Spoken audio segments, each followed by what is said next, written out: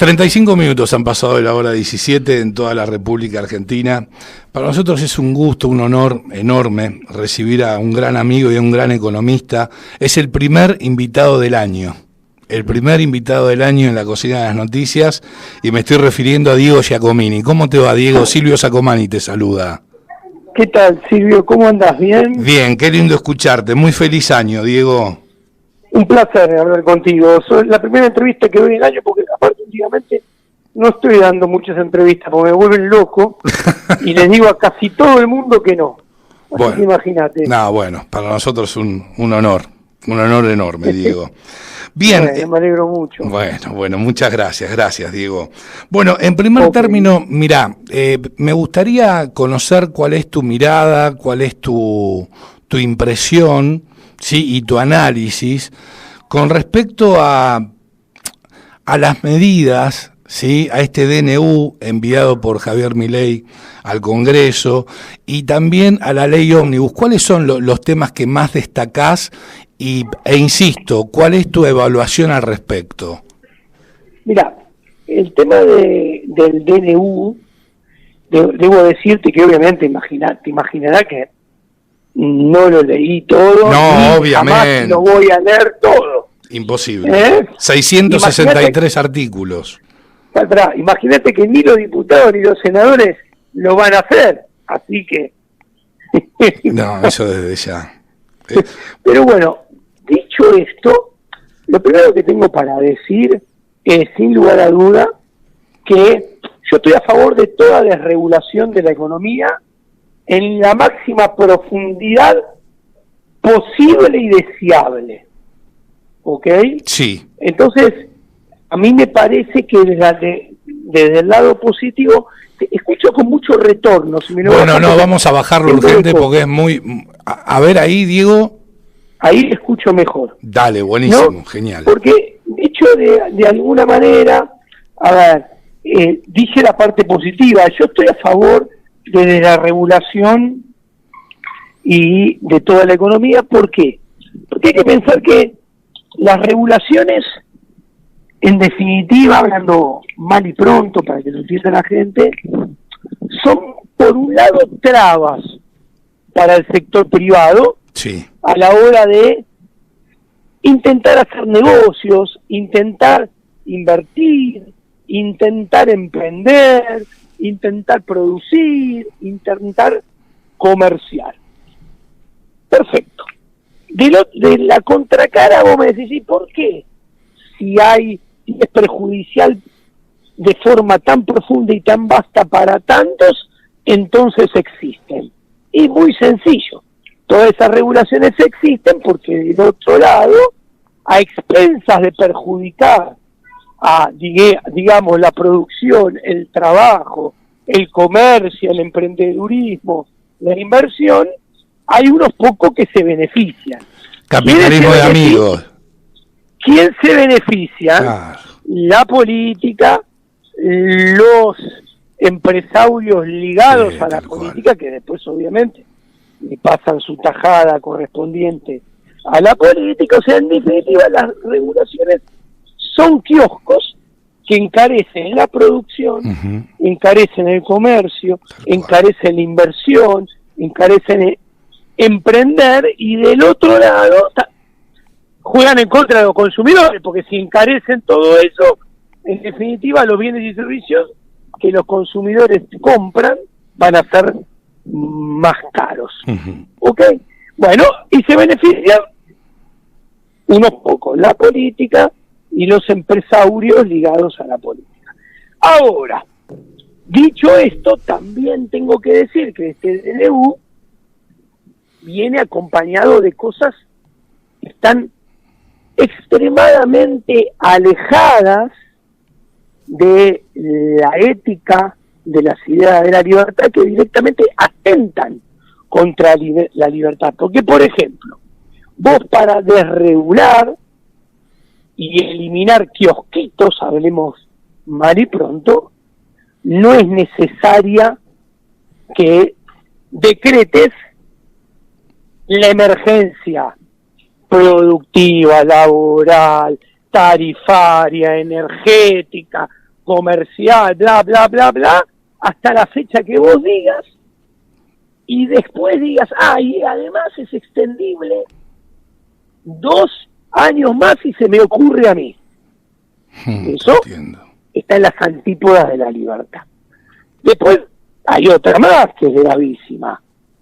¿Cómo es esto de cualquier reunión de más de de más de 3 personas, hay que pasarle los datos, brindarle toda la información al Ministerio de Seguridad? No, eso no lo entendí bajo ningún punto de vista, Diego. Bueno, eso también atenta contra la ética de la libertad, y cualquier persona sin muchas luces intelectuales se da cuenta que no tiene absolutamente nada que ver ni que hacer con las de regulación de la economía.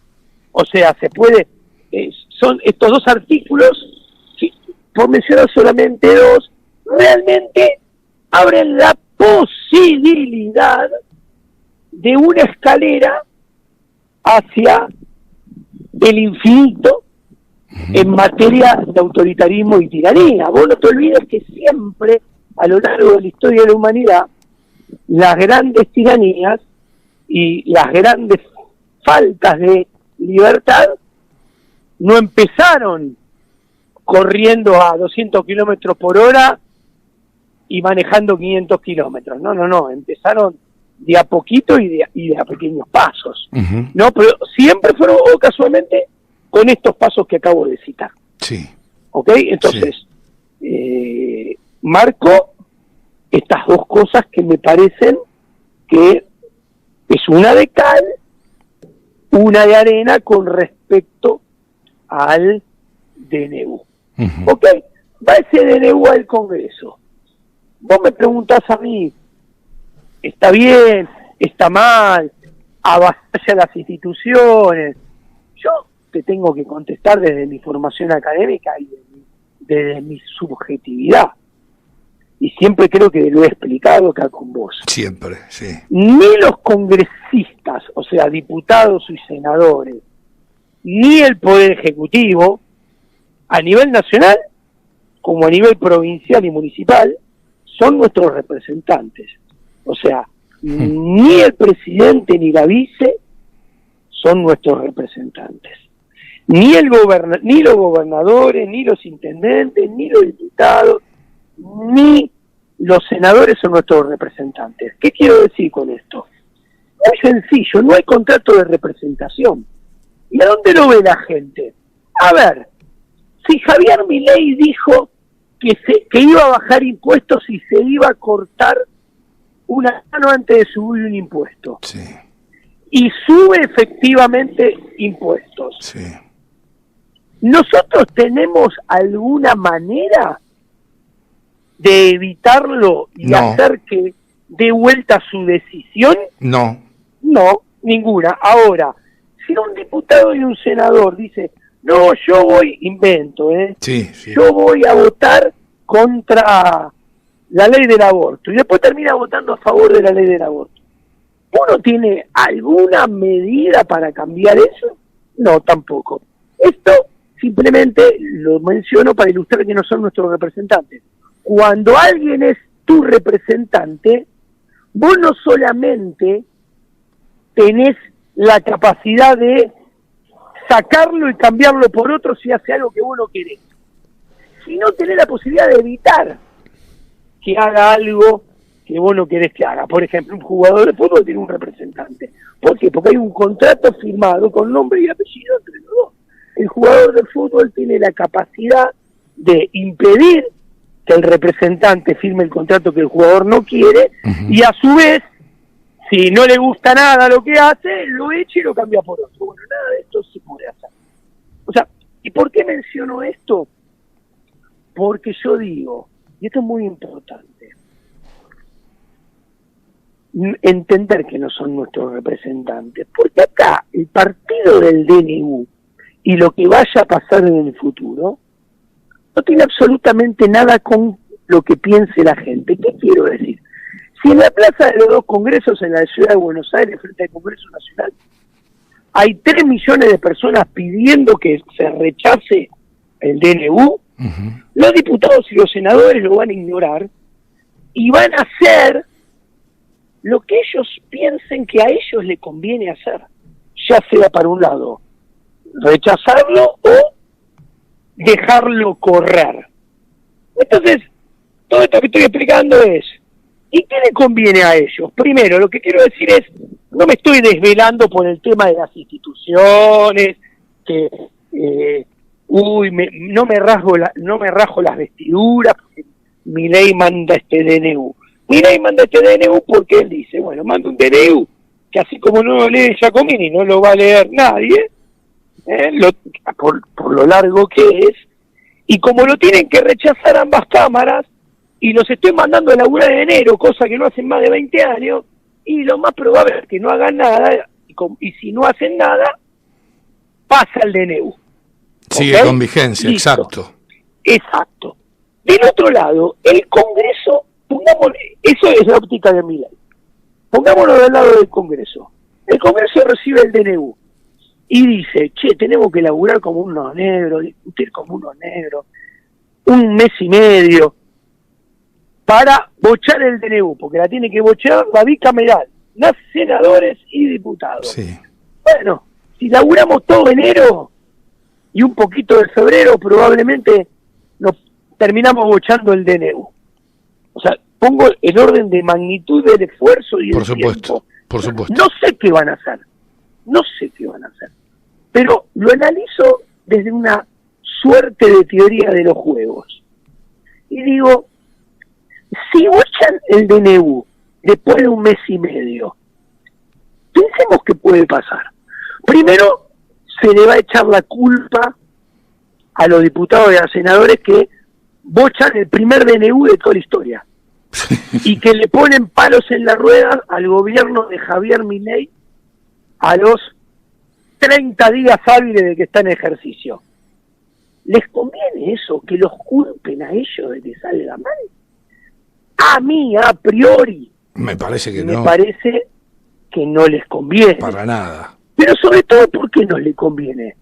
Porque el tiempo les va a jugar a favor a la oposición del gobierno de Javier Milei. ¿Qué quiero decir? Mirá, pongamos 1 de diciembre como mojón inicial para calcular la inflación. Sí.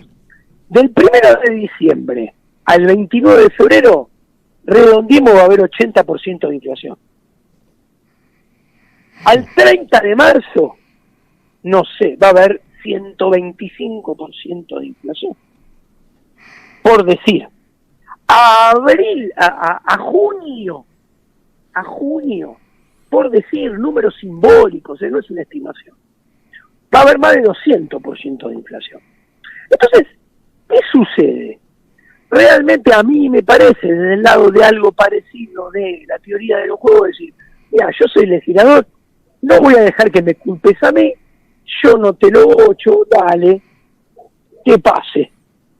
Bueno, pero ¿qué pasa? La variable macroeconómica, cuando vos tengas un primer trimestre, la economía cayendo a 2 dígitos, con 3 dígitos de inflación en un primer trimestre, y el gobierno pretendiendo que no haya ajustes salariales, claramente toda esa dinámica le va a jugar a favor a la oposición. Va a haber mucha gente que apoya a Javier Milei, que la va a dejar de apoyar, y entonces a mí hasta ahora me ha parecido realmente muy abominable y muy poco inteligente, por ejemplo, la CGT. 11 días hábiles de gobierno y sale a manifestar. Muy poco inteligente, ¿por qué? Porque, ¿para qué sirvió? Para decir, miren esto, a Alberto Fernández no le hicieron nunca un paro, el dólar aumentó más de 1000%, la inflación aumentó más de 1000%, y no hicieron un paro. Este todavía no empezó y está haciendo paro. Es una barbaridad. Del otro lado, Patricia Bullrich, ¿qué hizo? Los mostró arriba de la vereda. No, acá miren cómo funciona el, ¿cómo se llama? No, el sistema, el no sé qué, antipiquete. Sí, el protocolo. El protocolo antipiquete, digo, a ver, y vuelvo a la dinámica de las variables pasado del tiempo. El protocolo antipiquete es función de la cantidad de gente que vaya. A ver, en las grandes capitales del mundo, para usar el razonamiento que yo no comparto, pero que utilizan todos, cuando dicen, no se corta la calle, no se corta la calle mientras los manifestantes no sean 500.000, 800.000 o 1.000.000, por poner números arbitrarios. ¿Qué quiero decir? El piquete, el protocolo antipiquete y el orden en una manifestación son función inversa de la cantidad de manifestantes. Uh-huh. Si manifiestan un millón de personas, ¿qué vas a hacer? Yo le diría a Patricia Burrich, escúchame, menos mal que Argentina no salió campeón ahora, porque ¿qué hacía con el protocolo antipiquete? El protocolo antipiquete cuando tenía que sacar a las Fuerzas Armadas, claro, a la calle como mínimo. Pero dicho esto, ¿no? Yo creo que lo que estoy diciendo que el gobierno de Javier Milei tiene muy poco hilo recorrido, está en su luna de miel, ¿ok? La gente, gran parte de la gente lo sigue apoyando. Javier Milei lo votó, no el 56, atenti, 4.10 personas de cada 10 habilitadas para votar. Porque ese 56 es mentiroso. Es sacando de la cuenta todos los votos en blanco, todos los votos nulos y todos los que no fueron a votar. Cuando vos metes a todos esos en la cuenta, sacó el 41%. Entonces, hoy en día lo soporta, o sea, le da el soporte, el 41% de los votos, que algunos son prestados, porque eran de Juntos por el Cambio. Juntos por el Cambio del PRO. Ahora, si un tercio de esos votos lo dejan de sostener anímica, política o como quieran llamarlo, un tercio, que es normal, porque acá se va a venir una economía con 3 dígitos de inflación. ¿Es imposible evitarla, Diego? ¿El qué? Esos 3 dígitos de inflación, ese 80%. Imposible, Diego. ¿Por qué? Vas a tener 100% de inflación en diciembre, enero, febrero o marzo. ¿Y esto tiene que ver con la espiralización que aconteció con el gobierno anterior o nada que ver? Bueno, esto es responsabilidad compartida del anterior gobierno y este gobierno. Cuanto más te alejes del 10 de diciembre, el peso relativo, la responsabilidad del gobierno de Javier Milei ya empieza a ganar preponderancia en relación a las responsabilidades del gobierno de Sergio Tomás Massa, que fue el peor ministro de Economía de la historia. O sea, ¿qué te quiero decir? Le tendría que haber dado perpetua. ¿Cómo? Le tendrían que haber dado perpetua a Massa directamente. Bueno, yo siempre decía que lo justo, en términos de justicia, era que ganara Massa, para ver cómo lidiaba con el monstruo que él creó. ¿Se entiende? Sí, a la perfección, digo. A la perfección. Entonces, o sea, ¿qué quiero decir? Si vos a tu paciente le viviste administrando cianuro, y bueno, yo quiero que seas el médico que lo tenés que curar, a ver cómo te arreglás. ¿Me entendés? Claro, sí, por supuesto. Bueno, ese es Sergio Tomás Massa. Ahora, pasando al plan económico, antes de pasar al plan económico en sí, hay cosas que, por ejemplo, el plan motosierra, yo creo sinceramente, a ver, y empiezo de lo más sencillo a lo más complicado. Por ejemplo, Javier Milei dice, no hay plata. Uh-huh. Y hicieron una cumbia de que no hay plata, es muy simpático, todo el mundo dice que no hay plata, hay remeras que dicen que no hay plata, etcétera, etcétera. Esto es mentira. Y esto es mentira sobre todo para un economista de la escuela austríaca como Javier Milei. ¿Vos decís por el circulante que hay en la base monetaria, Diego? No, porque justamente la escuela austríaca explica que uno de los grandes problemas del Estado, que por eso justamente Javier Milei quería dolarizar, es que el Estado tiene financiamiento infinito. Uh-huh. El Estado tiene plata hasta el infinito, que después genera inflación, es otra cosa. ¿Qué quiero decir? El Estado tiene el monopolio de imprimir billetes. Entonces, es mentira que no hay plata. No, lo único que tenés que decidir es darte vuelta, prender la fotocopiadora y prender la maquinita. ¿Y esto por qué es muy importante entenderlo? Porque esto es el sistema en el cual estamos. Y el sistema te lleva a emitir. Lo que quiero decir que es casi imposible que Javier Milei no emita. De hecho, en los primeros 11 días hábiles, emitió casi 4 billones de pesos. La base monetaria son 8 y moneditas. Él emitió en 11 días hábiles ya casi no tenía ese dato, mitad. Diego. Bueno, y el objetivo...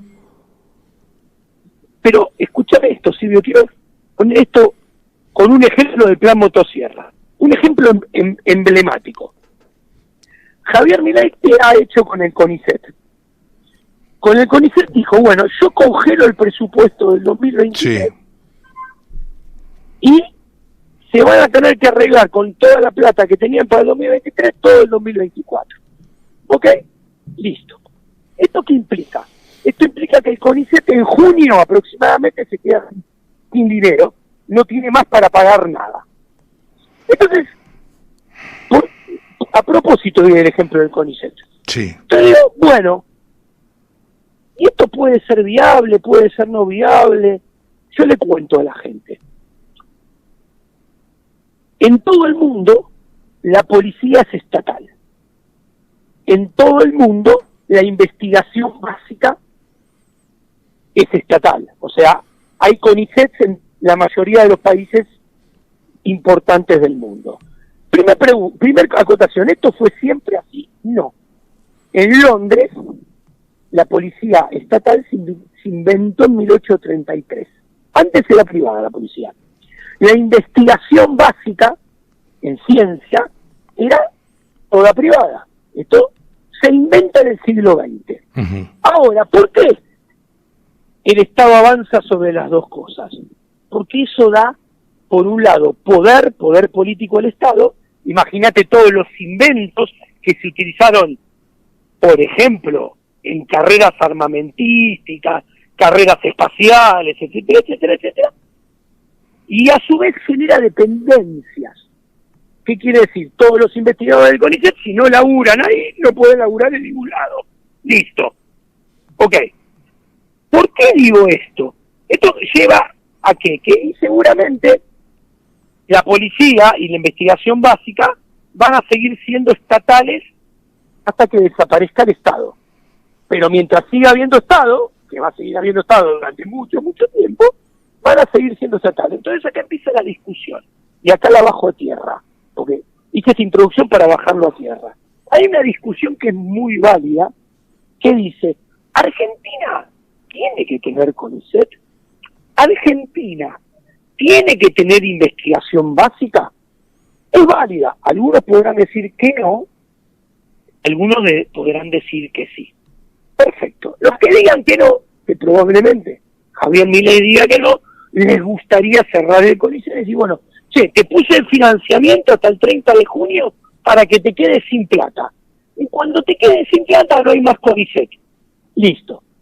Ahora bien, cerrar el CONICET implicaría echar a todos los profesionales que se recibieron durante los últimos 40 años del CONICET. Pero no solamente implicaría eso, para que se entienda. Vos tendrías que cerrar la carrera de biología en el pabellón 2 de la Ciudad Universitaria de la Ciudad de Buenos Aires, porque ¿para qué vas a formar biólogos si ya no pueden trabajar más porque cerraste el CONICET? Y no vas a gastar plata en estudiantes de biología entre los 19 y los 25 años para subsidiar y que se lo lleven los alemanes o los americanos, o los ingleses y franceses. Listo. Tendrías que cerrar la carrera de biología.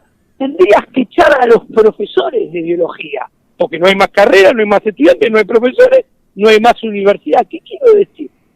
El motosierra, con este ejemplo del CONICET, te muestra que el motosierra, en toda área que toques, se expande mucho más allá de lo que cualquiera pueda pensar.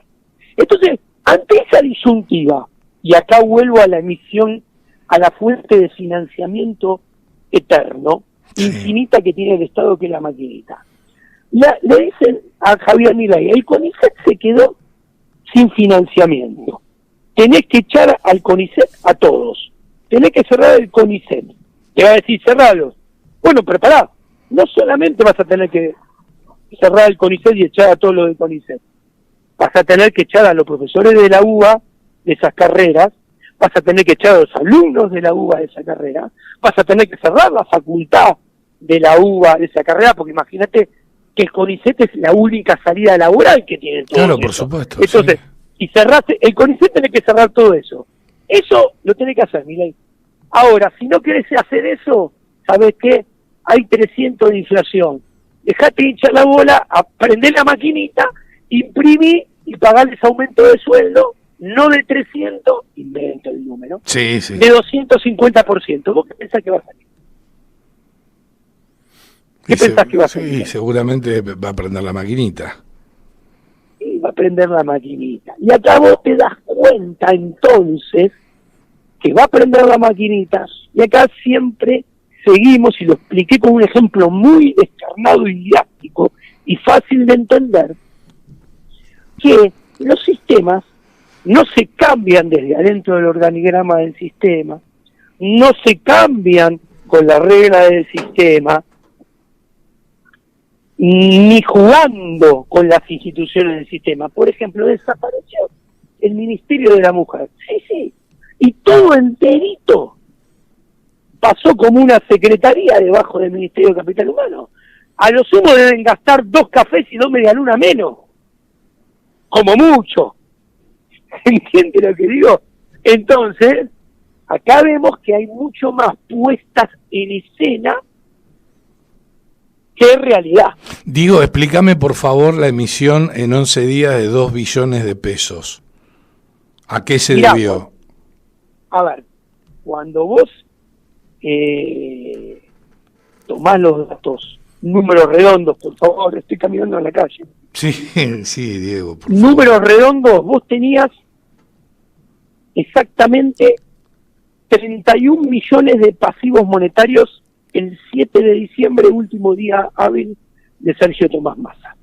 Tenías 10 billones de base monetaria y 21 billones de la suma del ELIC y PASE. Del ELIC, sí, y PASE, sí, pasivo, sí. Hoy tenés 9 billones de base monetaria, o sea, 1 billón menos de base monetaria, y tenés un poco más de 25 billones, casi 26, de... En el ELIC y PASES. Y PASES, fundamentalmente casi todos PASES. ¿Ok? Ahora, ¿por qué es esto? Porque ha tenido que seguir emitiendo para pagar algunas cosas del Tesoro, como devaluó de 300, redondeando, de 360 a 800, el Banco Central, ¿qué sucede? Como devaluó más del 100%, esto le hubiera pasado a cualquier gobierno, no es nada meritorio, empieza a comprar reservas. ¿Con qué las compra? Con emisión monetaria. Entonces expandís pesos para comprar los dólares y el Banco Central recoge los dólares. Pero ¿cuál es el problema? Que esos dólares que recoge, parte de ellos, después se va como pago de deuda. Entonces, los dólares que compraste, sí, o parte de los dólares que compraste, los dejás de tener, sí, pero los pesos siguen estando. siguen estando y se siguen reproduciendo. porque las Leriquipazes crecen todos los días. ¿Cómo pasaba con Massa? A ver, cuando Massa puso el soja 1, soja 2, soja 3 y compraba dólares, era exactamente igual que esto. La única diferencia primordial es que acá te están prometiendo un ajuste fiscal para ir al equilibrio fiscal, que les adelanta que lo más probable, salvo que utilicen contabilidad creativa, lo más probable es que no lleguen al equilibrio fiscal en un año. Y la otra es el DNU. Pero después la política macroeconómica del gobierno nuevo es peor, es más inconsistente que la de Mauricio Macri. A ver, ¿por qué? Lo explico en un segundo. No me digas eso, la Diego, inconsistencia por Dios. De la política macroeconómica de Javier Milei es exactamente inversa a la de Mauricio Macri en el 2016-2019. Sí. La política macroeconómica se divide en dos grandes familias: política fiscal y política monetaria. Sí. ¿Ok? Empecemos por la de Macri, pero cortito. La política monetaria, la política macroeconómica de Macri era más o menos presentable en lo monetario. ¿Por qué? Porque abrió el cepo de una, porque tenía un programa monetario, porque Sturzenegger tenía con sus problemas un ancla antiinflacionaria que era el inflation targeting. O sea, la parte monetaria no estaba bárbaro, pero más o menos pintaba presentable, para que lo entienda la gente. Porque, te repito, había abierto el cepo de una, no tenía un solo dólar, tenía un programa monetario. ¿Qué es un programa monetario? Es un plan de gobierno monetario para el Banco Central. Tenía ancla antiinflacionaria, o sea, una ancla antiinflacionaria que es inflation targeting, es la metodología de cómo se hace política monetaria, que es la que hace Chile, Brasil, Perú, Bolivia, Estados Unidos, que la aplicaba. Ahora, ¿cuál es el problema de Macri? Que la parte fiscal era muy, pero muy inconsistente. ¿Por qué? Porque la parte fiscal de Macri era: ¿sabes qué? Vamos a seguir gastando, vamos a seguir teniendo déficit, se va a achicar solo con crecimiento y mientras tanto vamos a tomar deuda para financiar ese déficit. Y una partecita vamos a emitir moneda, que Sturzenegger en aquel momento emitía primer año 1.5% del PBI, segundo año 1%, tercer año 0.5%. Entonces, ¿qué pasa? Esta inconsistencia dinámica de lo fiscal, porque nadie te iba a financiar ese gasto eternamente, por eso es inconsistente, hace que en términos dinámicos, cuando pase el tiempo y las variables se vayan moviendo, lo que hace es que cuando el mercado percibe que esto no da para más, listo, se cae la demanda de dinero, salen los capitales, vuela el tipo de cambio, se acelera la inflación y tuviste que ir a pedir la escupidera al FMI, endeudarte por 57.000 millones y después volver a poner el cepo. O sea, ¿qué quiere decir? Que la inconsistencia dinámica iba de lo fiscal a lo monetario. Sí. Que la enfermedad estaba en lo fiscal y putrefaccionó lo monetario y terminó eclosionando todo. ¿Cuánto tardó eso en suceder? Un poco más de 2 años, porque todo eso empieza a suceder en el primero y segundo trimestre del 2018. Macri subió, redondeando, a principios de 2016. Ahora, acá la inconsistencia es al revés. ¿Por qué? Porque en lo fiscal parece que está todo bien. Cuando digo, fíjense el verbo, parece. No dice está, parece. ¿Por qué? Porque hay una promesa de no voy a gastar, voy a tener equilibrio fiscal enseguida, ergo no voy a tener déficit fiscal. O sea, ahí la promesa es consistente, lo fiscal es consistente, pero no deja de ser una promesa. ¿Por qué? Porque supuestamente van a lograr ese equilibrio fiscal. ¿De qué manera? Recargando el 65% del esfuerzo sobre los hombros del sector privado. O sea, como subiendo el impuesto, aumentándole tarifas, pisándole jubilaciones, pisándole subsidios, etcétera, etcétera. Listo. Ahora, ¿dónde está la enfermedad? Acá. La enfermedad está en lo monetario. ¿Por qué? Uno, porque no se abrió el cepo. Uno. Dos, no abriste el cepo, pero igual devaluaste un montón. Y al devaluar un montón, tu deuda indexada por dólar link, por tipo de cambio, aumenta un montón, tanto en términos de PBI como en términos de intereses que tenés que pagar. Listo. La inflación se acelera un montón. La deuda tuya, indexada por inflación, aumenta un montón. Tanto en términos de PBI como los intereses que tenés que pagar. Entonces, sigo avanzando. Si vos tenés que pagar mucho más intereses de deuda, los intereses que son gasto público. Entonces estás aumentando el gasto público. Y si estás aumentando el gasto público porque aumentaste la deuda, porque en toto caputo está aumentando la deuda, en realidad ese ajuste fiscal que en los papeles prometiste hacer ya está quedando chiquito, corto, insuficiente. Necesitas uno mayor. Pero termina ahí. El Banco Central no tiene programa monetario.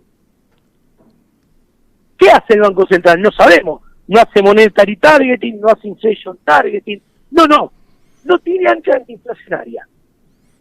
De hecho, la inflación sube. Ahora bien, me dicen que el ancla antiinflacionaria es haber devaluado a 820 y después un crawling peg mensual del 2.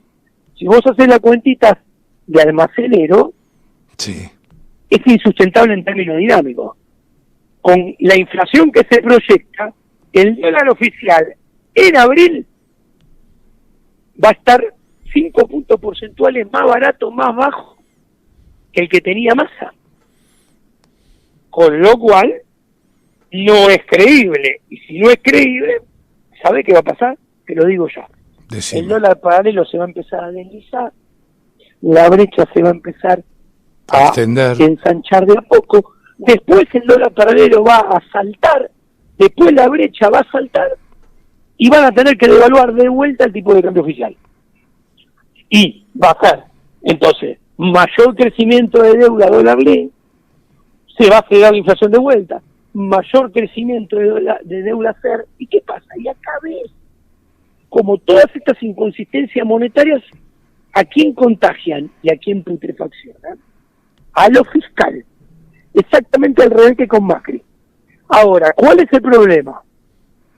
Que los canales de transmisión de la putrefacción son mucho más potentes cuando son de lo monetario a lo fiscal, como en el caso de este gobierno, que cuando son de lo fiscal a lo monetario, como en el caso del gobierno de Mauricio Macri. ¿Qué quiere decir que sea mucho más potente? Que cuando, no entienda la gente, que cuando las cosas empiecen a ir mal e irse de las manos al gobierno, no vamos a tener que esperar 2 años y moneditas como esperamos con Macri. Va a suceder mucho antes eso. ¿Se entiende? Sí, se entiende. Y va a ser más doloroso todavía, porque todo está mucho peor. Dios mío. ¿Ok? Sí, ok. Sí. Un panorama. ¿Hola? Sí, no, te escucho, Dieguito. Sí, no, un panorama desolador. Esto es todo el análisis que hago. Además, que por ejemplo, les tiro un dato. Cuando dicen voy a cerrar el déficit fiscal y voy a recaudar, invento, medio punto del PBI por la reversión de ganancia, voy a recaudar medio punto del PBI por el impuesto país, voy a recaudar. Yo les cuento, los economistas generalmente trabajan, son optimistas del gol, como Martín Palermo, ellos siempre imaginan todo en el mejor escenario posible. ¿Y qué sucede? No cuentan que va a caer mucho el nivel de actividad, que va a aumentar la evasión, que entonces lo que van a recaudar es mucho menos que lo que pensaban que iban a recaudar, y probablemente no cierren el agujero fiscal. A lo largo de la historia, estos planes de ajuste por el lado de los impuestos generalmente recaudaron alrededor del 30% de lo que pensaban a recaudar originalmente. Entonces, yo creo que este plan económico debería tener muchos ajustes para tener chances, muchos cambios, quiero decir, de figuritas y de medidas para tener... de figuritas, dijiste. De figuritas y de... Por ejemplo, el Toto Caputo está ahí porque iba a traer plata. El Toto Caputo vino por ahora, recorrió todos los casinos y tiene el bolsillo vacío. ¿No? Sí. Sí. Por eso, Dios. la gente siempre, yo sé, nosotros tenemos ganas que las cosas vayan bien, pero tenemos que tener los pies en la realidad, porque nuestras decisiones de consumo, de inversión, de vida, de planeamiento de gasto, no tienen que estar basados en lo que queremos ni en la esperanza, que pertenecen al mundo esotérico. Tienen que estar plantadas en la realidad y los datos de todos los días. Porque si no vamos a tomar decisiones equivocadas. Diego, y esto que estoy diciendo, lo estoy diciendo no para pasado mañana. Es una película de mediano plazo la que estoy hablando, ¿no? Sí, pero la agonía va a seguir, Diego, entonces. Vamos a tener... Bueno, en esto Javier Milei fue honesto. Dijo que vamos a tener un primer semestre muy duro. Sí. El primer semestre va a ser durísimo. Sí, lo dijo, sí, es real. Es real. Ahora bien, tampoco es verdad que por arte de magia o por la fuerza del cielo, porque tengas un primer trimestre buenísimo, ya vas a estar saliendo y vas a estar mucho mejor en el cuarto trimestre. Eso es mentira. No hay magia entre el primero y el cuarto trimestre.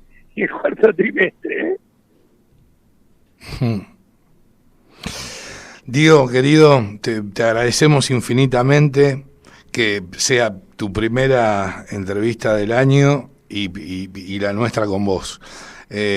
Siempre es un placer enorme escucharte, escuchar tus consideraciones, explicás, bueno, sos profesor, de una manera muy didáctica, y bueno, este es el panorama que estamos viviendo y el que se viene, lamentablemente. Traté de ser lo más sencillo y simple posible con estos temas que son muchos, además no son tan fáciles de exponer por radio y en un tiempo breve, ¿no? No, seguro, Diego. Pero espero que tu audiencia lo haya entendido. Tú, si querés, me comentás. Sí, claro que sí, obviamente. Te voy a pedir que me mandes el audio. Sí, como siempre, Diego, totalmente. Te enviamos un fuerte abrazo, Diego, y muchas gracias por ser el primer entrevistado del programa. 2024 para todos. Lo mejor, Diego, lo mejor. Hasta luego. Abrazo grande, hasta luego. Adiós. Diego Giacomini pasaba por la cocina de las noticias.